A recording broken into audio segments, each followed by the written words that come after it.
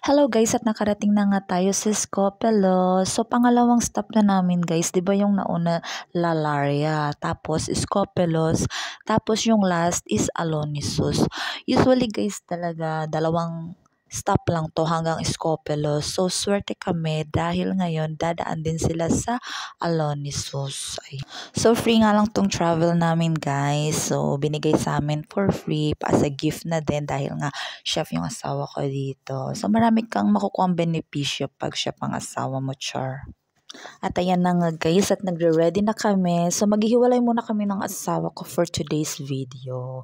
So ako, aakyat ako doon sa tinatawag na Mamma Mia Cliff.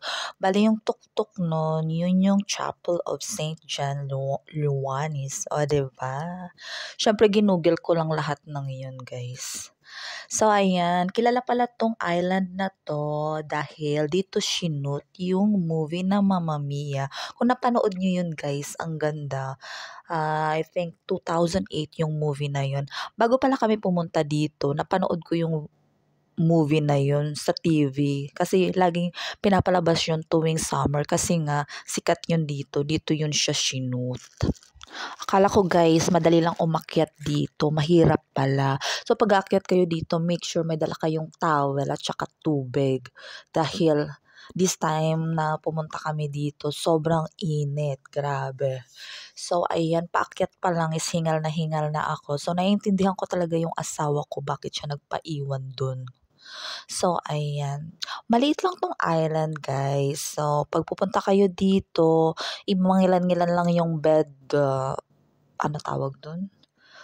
Sunbeds. Yun, mangilan-ngilan lang yung sunbeds. So, dapat may dala kayong umbrella. Tapos, maliit lang yung place. So, as in, tabi-tabi talaga yung mga tao. So, ayan yung view sa taas. Andyan ako sa tuktok. Ayan.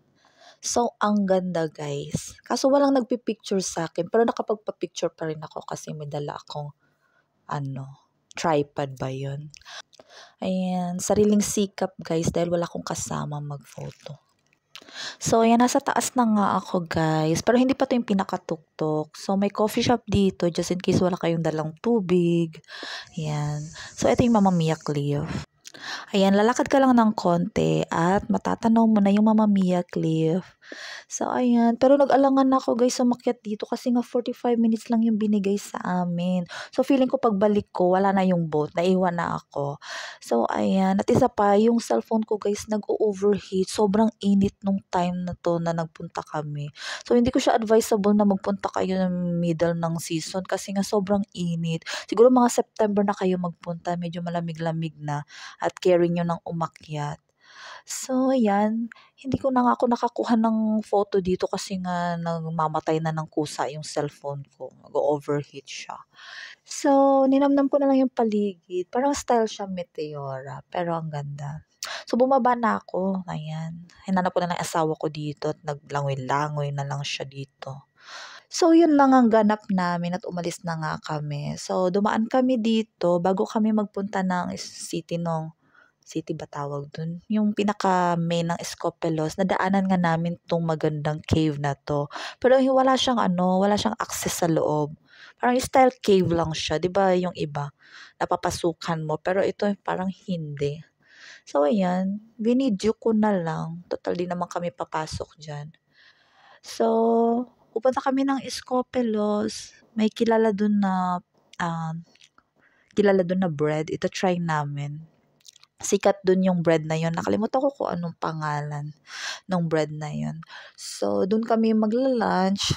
Dun may taverna at explore na din yung city. So, yun lang ganap namin guys.